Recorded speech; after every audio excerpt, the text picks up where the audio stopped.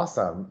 Quick intros maybe then for Chris and I. For those who don't know, my name is Alex Ghinger. I'm from the Gotham Knights rugby team. I was board member and president. Now I am just a player. Very happy to say I ended my tenure for my executive leadership at the end of 2020 with getting ready to ramp up for being a year. And I'll let Chris introduce himself. Sure. So can you hear me? Yep. Yeah, perfect. I switched over to the headphones. Yeah, my name's Chris Fennell. For those of you who watched the video earlier today, this is my real voice now. There's a setup video earlier. I am a social member of the Ottawa Wolves now, but I'm a previous player and captain for the Wolves. I'm also a social member of the Dragons because I'm a previous player for the Dragons. And I also played for the Vancouver Rogues back in the day. And I'm currently the North America North IGR rep. And I can go ahead and actually share my screen, Chris, and present for us. So just to, and please, I hope no one can see all the millions of tabs I have open. Can you all see my screen? Yes. Yep. Awesome. Cool. So we broke it up into two parts. We have recruitment and retention. So we'll start with recruitment. When thinking kind of about like what an objective would be for this presentation, it would be to help all North America IGR teams learn tips and tricks for recruiting in 2021 and beyond. And just broke it down by a little bit of an agenda, and happy to send this out to anybody who might want it, or if any clubs would love to share it, can send this through. But wanted to make it as simple as possible, just the how, the where, the whys, the who, when, and then just, of course, you know, as most people are familiar, Gotham really relies a lot on our social media. So I even put down just like a little like tips and tricks, quick little listing of some ideas, things that we've implemented in our club that have been really helpful. So first is how to recruit. So recruitment is no longer a simple ask in 2021. There's a lot of barriers, as we know, COVID protocols, low club resources, but obviously all the clubs need to continue recruiting to keep the sport growing. And I put down a few lists of just the best approaches on how to recruit. First, year-round approach. I think that goes without saying. Having recruitment just as top of mind. I think sometimes it gets really easy. I know in our club, we have these like peaks and valleys of recruiting, but when we've seen the most success in terms of being able to bring in new players is when we've had somebody who's been either present or on a board who kind of holds those accountable to that year-round approach. Two is membership and player buy-in. Everyone's committed to making sure new players feel welcome. This will be a constant kind of idea that you'll see throughout the presentation. I think one thing that's really important is that your players are your ambassadors. They're the people. So really making sure that when you do talk about recruitment, it's no longer just an executive level conversation, it's a club-wide level conversation. Every person needs to have buy-in because, you know, presidents, board members, whatever leadership that you have and how you identify those in your own organizations can't always be everywhere at every moment, but your players are always present. And if there's a understanding and commitment from those players, there's a really good chance that if there's a player who shows up one day who might be new, who may not look like they're having the greatest time, players will know that, you know, when to come in. Feed the beast, guaranteeing that you have coaching staff to support new players. This can be a great way to engage alumni, old boys, to help the club. So this one, I know that it can be really limiting sometimes with resources in terms of financially being able to pay coaches.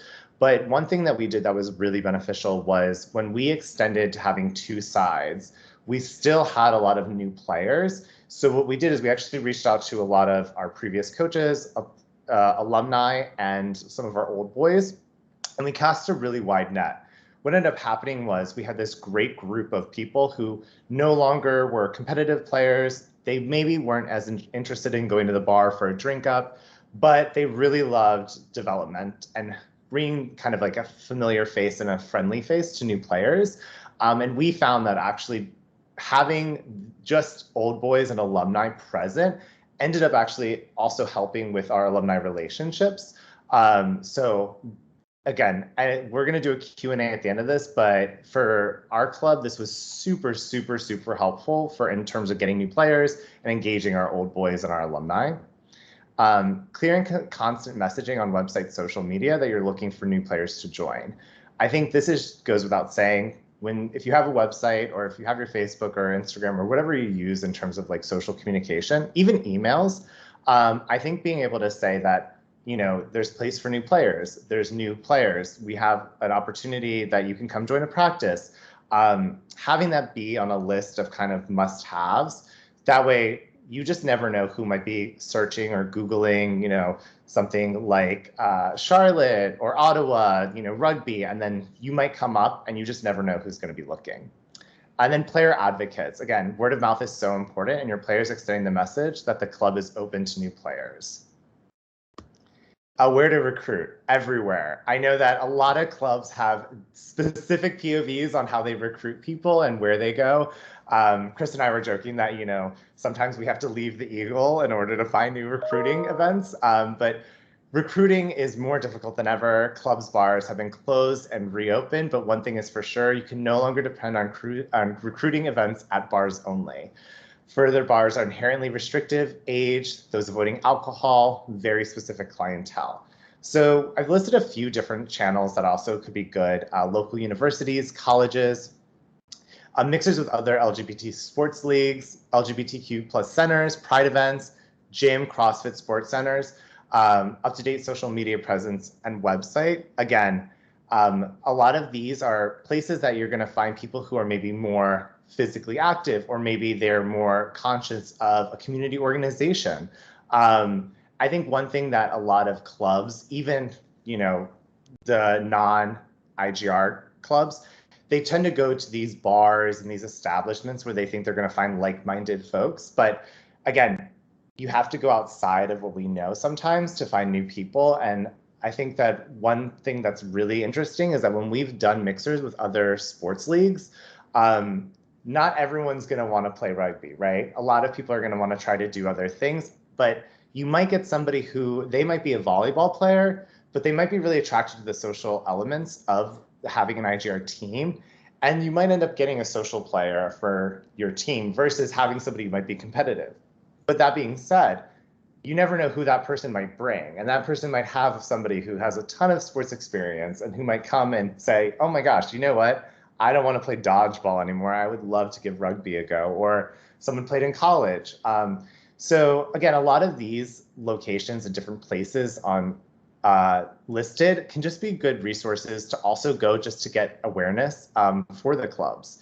Partnering with different LGBTQ centers is a great way just to stay top of mind, because much to the point of making that, like, you never know who might see you.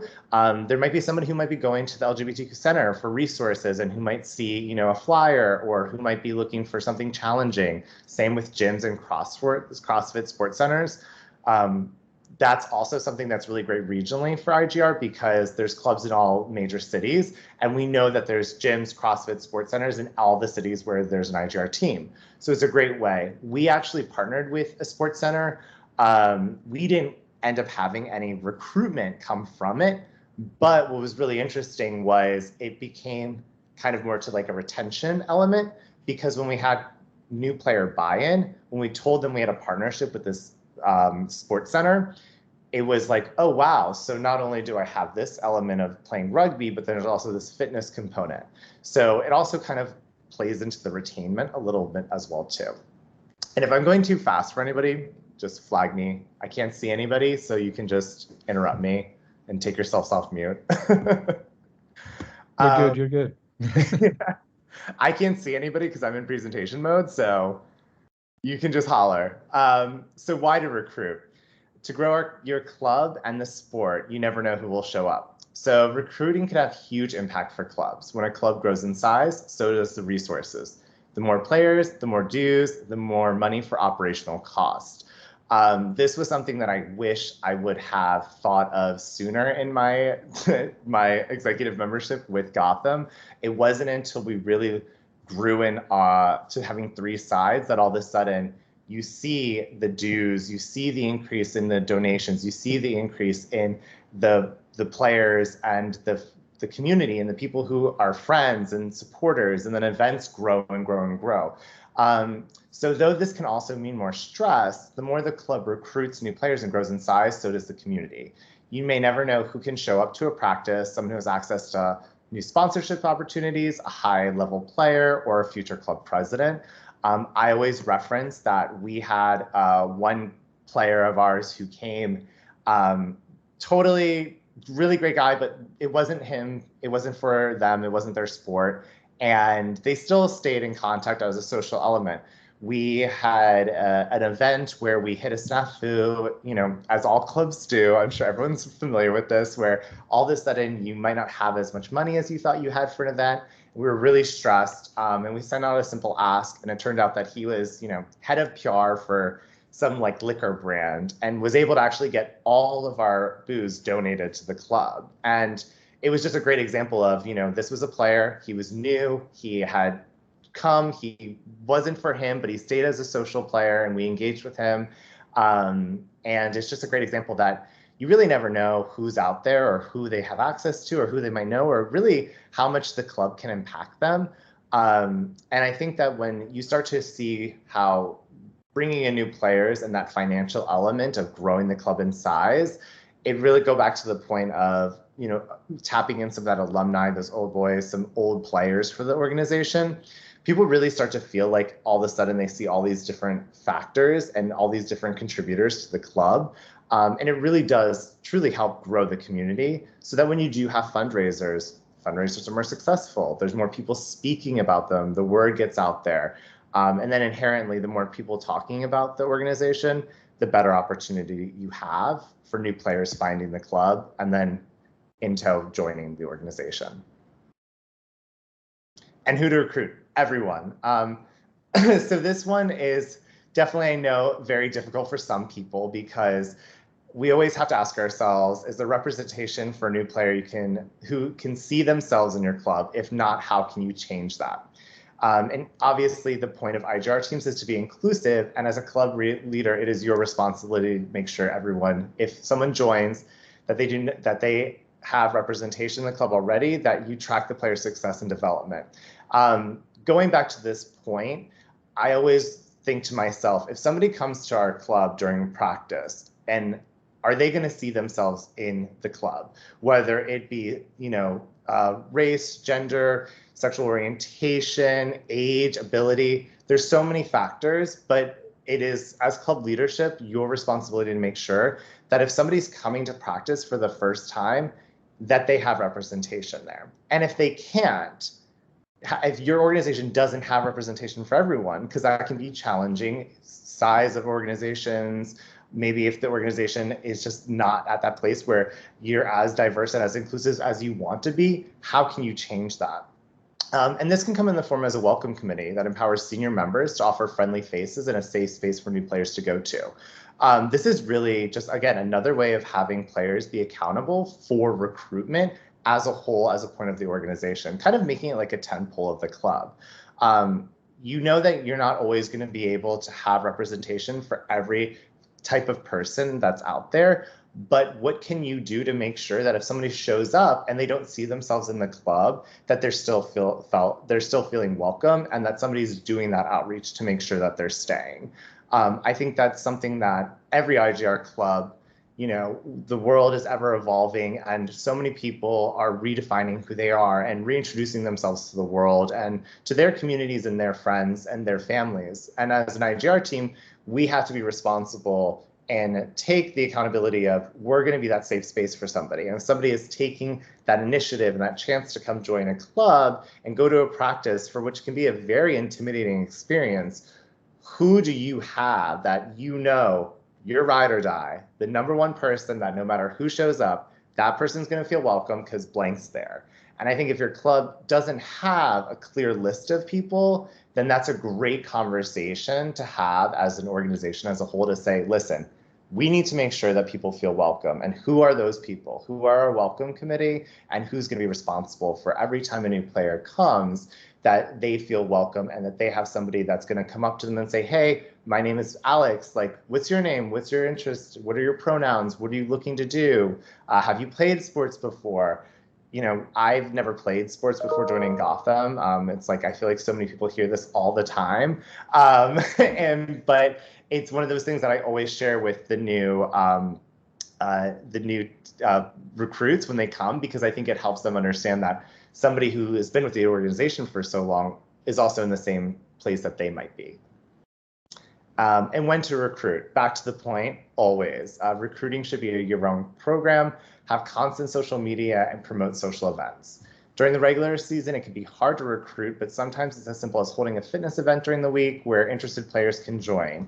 This is going to be different for every club. I am very pro fitness, so I love to throw fitness events out there because I think it's a really great way to get other like-minded individuals who might have an affinity for playing rugby.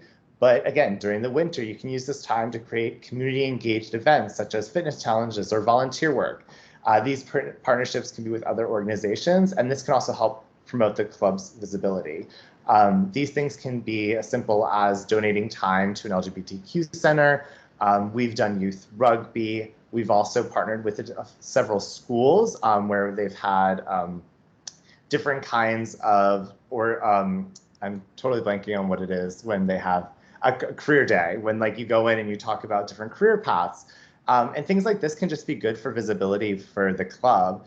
And again, just another way that you can grow the community of players. And it's a great way to also just make sure that if somebody is interested in coming to the club, they can see something outside of rugby, because we play a tough sport. Not everyone's going to be built for playing rugby, but everyone can be built for the community. So you can just make sure that they have resources so that if they're not going to play, that they're at least engaged with the club. And 9 out of 10 times, these social members, they're still dues paying members. It's still contributing into the creating a strong infrastructure of a club in terms of resources and financially. So any way that you can kind of make sure that you're inviting people in will be successful for the organization. And then using social media for recruitment. So I did a little 4-step list, super easy. First step, create assets with copy that can be shared. Apps like Canva are free and user-friendly. If you're a social media person or whoever is in charge of recruitment doesn't have Canva, tell them to download it. It is so easy. Step 1, download it. Step 2, create a Google form for new recruits to fill out. Copy and paste it and add it to your Instagram bio. You can also put this on Facebook. You can share it. You can send it out in emails. The reason for this is that you can in live time track. I'm sure most people are familiar with Google Forms who are on this call or who are going to be watching this, but you can in live time track when those emails came through. And so when that person filled out that form, and then what you're able to do is that you can actually share the responsibility with multiple people. So one thing that we did is we created a Google form so that every time someone filled it out, we could actually time and date it next to the name so that somebody knows that person had been reached out to. And then when you're going back into your communications, you can say, okay, when did we hear back from them? Did they email us back? Should we follow up? And then you want to post those assets. So the promotion of an intro to rugby session, a new season kickoff. And then you always want to include, interested new recruits, please fill out the form in the link in our bio. So that way, when you post these assets, they have somewhere to go. And then you can send this to your greater club email list and ask members to share it on their social media. Again, back to the point that your players are your brand ambassadors. They're the greatest tools for recruiting, and they should be taking part in this initiative, and also should be pushing this as a responsibility to the club. I think sometimes we don't make recruitment a pillar of the organization, but it is so important because it's what really gives the organization the longevity that it needs.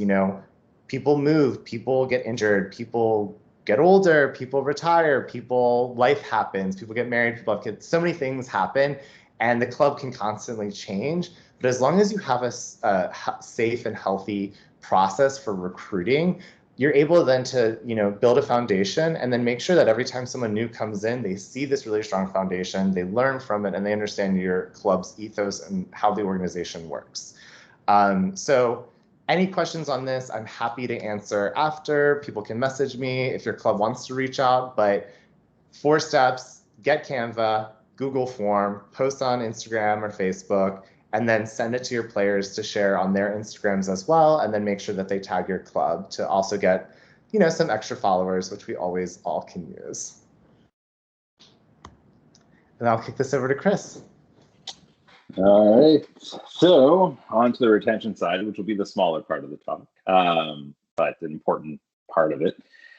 So of course the objective with retention is to maintain solid relationships with all of your assets on your team. That's something I'm going to try to stress during this little part, is that don't only think about recruitment of players, also, and Alex touched on it as well, also think about recruitment of supporters and people that can eventually become coaches, and of course they will eventually be your alumni. Don't always just think in terms of players.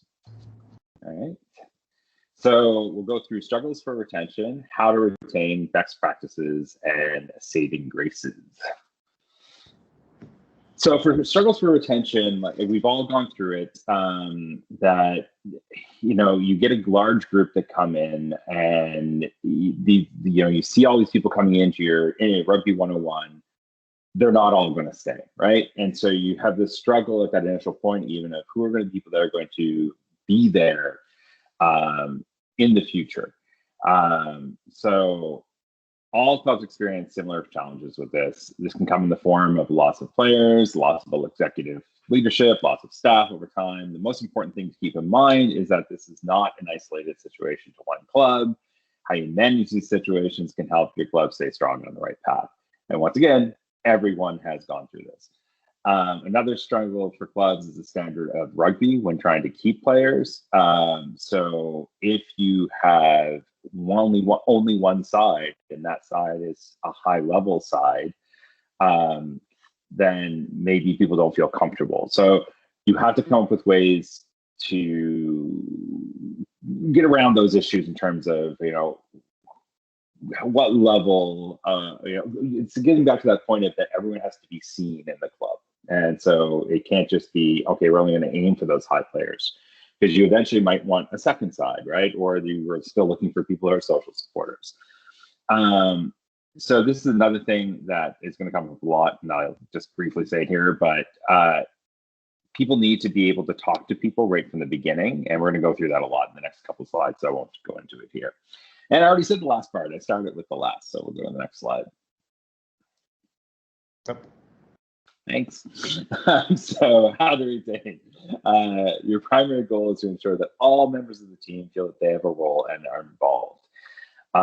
And I want everyone to remember that cliques and poor communication are your enemies of retention. And this is something that you might not know you're doing. That you might not think that you have a clique in your team, but the people that are coming in who are brand new and trying to see what the lay of the land is, if they see a group of people just talking to themselves and not engaging much with the people who have just arrived, that's a problem. This happens on a lot of teams. I've been in IGR since the early 2000s.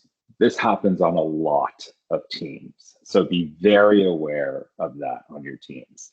And poor communication. You're going to see, Alex talked about in the first part. I'm going to talk about it in the next slide. You've got to have open communication from the very beginning. This is really how you're going to maintain players. So we'll head to the next slide. So on those points, start a mentor, your best practices for retention, a team mentorship program right from the beginning, pairing established players with new recruits. This is one of the best things you can do if you want to retain players. Keep lines of communication wide open on and off the pitch. Step back and evaluate whether all players would be comfortable talking with team management. Now let's touch on this, so I won't hammer it again and again, but really step back and think about your own team, and would everyone be comfortable talking to team management very early on in the process of being part of the team? And if not, evaluate how you can make that happen. Ensure your contact list is always current for all member types, players, supporters. Check in with people often to make sure that they're doing okay, and that, hey, I haven't seen you for practice. Do you want to talk about why that is? Is there something that I can set you up with for a conversation? And have transition plans in place for those who are not interested in being a player early on, that they realize that they don't, and Alex touched on this again, they're not interested in being a player, well, then make sure they know there's the social side as well. And for people who are ending their player roles, like I did, like I was in an accident a couple years ago, I couldn't play anymore. Well, then I transitioned to administration and other things. So have these set up in your club, these transitions. All right, so I'll go to the next slide. Sorry, I'm rushing a bit back. I know we're running out of time. So the saving graces of retention. It's you as the leadership of a team. Leadership is the most important factor in retention. There are extremely simple ways to help retain new members and even old members, like I talked about. Establishing direct communication between new members and senior players from day one. From the very beginning, making sure those lines of communications are open and there's these pairings between established players and new players. Tracking the new members and allowing an open dialogue to see growth and progress. Ask and allow for feedback from new players. The club might not be the fit for them at the moment, but that doesn't mean that it wouldn't always be a fit for them. Maybe they're going to be a social supporter for a bit, and then they get more and more and more into it and realize that there is a place for them as a beginner athlete, as somebody who's just starting out, but they want to dip their toe in the pool. So make sure people know that that social supporting role is just as valuable as a player role. And there's something I was going to say. I'm sorry. When you allow for feedback from new players, welcome it, even if it's negative. So even if it's a criticism, don't get all uppity about it. Don't get all like, oh, how dare they? It's fine. You need to hear that criticism and take it in and think, well, yes, maybe we can do this better. All right. I think that might be the last slide, if I remember correctly. Yep. So yes, Q&A time. Only 2 minutes over. Yay! Sorry, Chris. I no, hard to do that. No, you guys, it was okay. You spoke fast, Alex. So you guys covered a lot of points. I mean, I'm sure there's several questions that people may want to ask. I know that one of the comments I keep asking is how to make sure that you get a more diverse group in your team. You know, that's one of the struggles that in LA we encounter a lot. You know, so those are scenarios that I know is our difficulty. But surprisingly, this year that we had no presence on the bars, no real promotion other than online. We had the biggest turnaround of players ever for Rugby 101, like by significant. We have like 75 players that showed up. It was like insane. I do not know, maybe it was COVID or everybody was locked up and looking for things to do, but it turned out to be the best year for us. So there's a question from Budu that says, I think you're both spot on that retention is based on people feeling like they belong. Yes, it's true. I was making the point that, you know, the recruiting part in many ways is the easy thing, right? Getting people in the door because they're curious, whatever. But them staying is the harder part because they want to stay, right? Yeah, so I think you're both spot on that one. One thing I'm a scuba diver, so we have the buddy system on scuba, and we started instituting that on our club at times that you assign you make the one person responsible to the other, and we end up pushing that, hey, come to practice, or you're not coming, or things like that. And I think that we did that in Amsterdam for just making sure that everybody showed up at practice. But listen to you too make me think of, well, we should do that with older players and new recruits. Yeah, always. And pair them up, which would be something good to do. I saw, Julius, you had a question. I have a lot of feedback because I actually do this this is part of what I do for work professionally as well too. So what I would say is the money you will save on the paid promotion aspect. Sorry, out of curiosity, what club are you from? So I'm the IGR West rep, but I'm also my club is Seattle Quake. Okay, Seattle Quake. I see you. We've been there. We've played each other many a times. So I would never recommend it. You guys have a really strong infrastructure and you have a large organization. I would recommend it. Would put it up to your players. Like, I wouldn't invest any money in doing it. I would have it, maybe if you guys have a preseason kickoff meeting, we just had our upstate weekend as in our organization, setting that standard and expectation from your players and kind of bringing them into the conversation that this is not just a singular group's responsibility, it's the organization's responsibility. Everyone needs to play their part. If you think about it, everybody has an Instagram or a Facebook, and if they don't, they have at least something they can do that could help support it. So I would not recommend doing it, especially not if you're not a media buyer. You will end up wasting your money, and it does not bode. It's very difficult to do paid promotion. So I wouldn't recommend doing it. I think the resources and the allocation of money could be spent in other ways, like getting beers for the players who actually do it. Right. Awesome. And then I did want to just say back to what Chris said about the feedback from new players. I don't think this is something that we share enough of. Had I known earlier on, you as leadership for clubs, we can get so defensive with feedback, especially from new people, because we work so hard and we're so dedicated to our clubs and our organizations, whether it be IGR West or the North America or our individual clubs. But as individuals, they're coming to you with feedback because they see something that you don't see.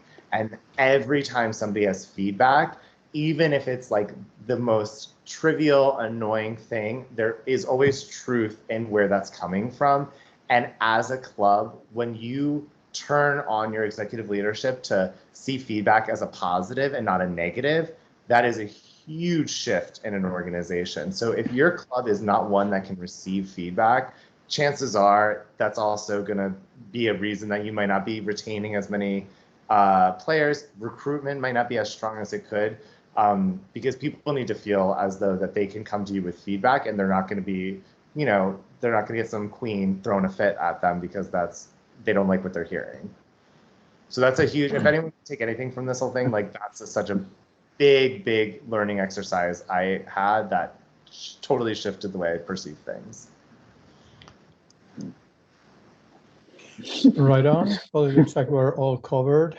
Right on time, 7:03. Look at that. Well, 10:03 on your side. Thank you guys very much. It's been a marathon of meetings for me, but it's been quite helpful to see everybody doing these presentations, and I'm sure that this will probably trigger more events like this in the future, because I think that there was a lot of learning in the process and much more that will come out of this. Certainly, what I want to happen from all of this is that this will become, will make IGR a resource of information and experience sharing among all the IGR clubs, so we can all grow together. Yeah, thank you so much. And then I will send it to, well, first of all, thank you both for organizing and doing all this, because I knew I was completely out of pocket for so long that you guys had to follow. Sorry that you both had to email me a million times, but we did it. It happened. It's done. It happened. Thank you for organizing it. Well, the recording is going to be automatically sent to all the people that registered, and we will post the recording also on the website, on the IGR website. And I'll send it to both of you, the presentation, awesome. So that anybody wants to go through it, if anyone has specific questions, they can reach out to me, if anything, or if they feel some type of way about something I said, sure, I'd love to talk about it. Cool. Right on. So on that note, I'm gonna stop the recording and say good night to everybody. Thank you so much. Have a great Bye. Bye, guys. Thank you.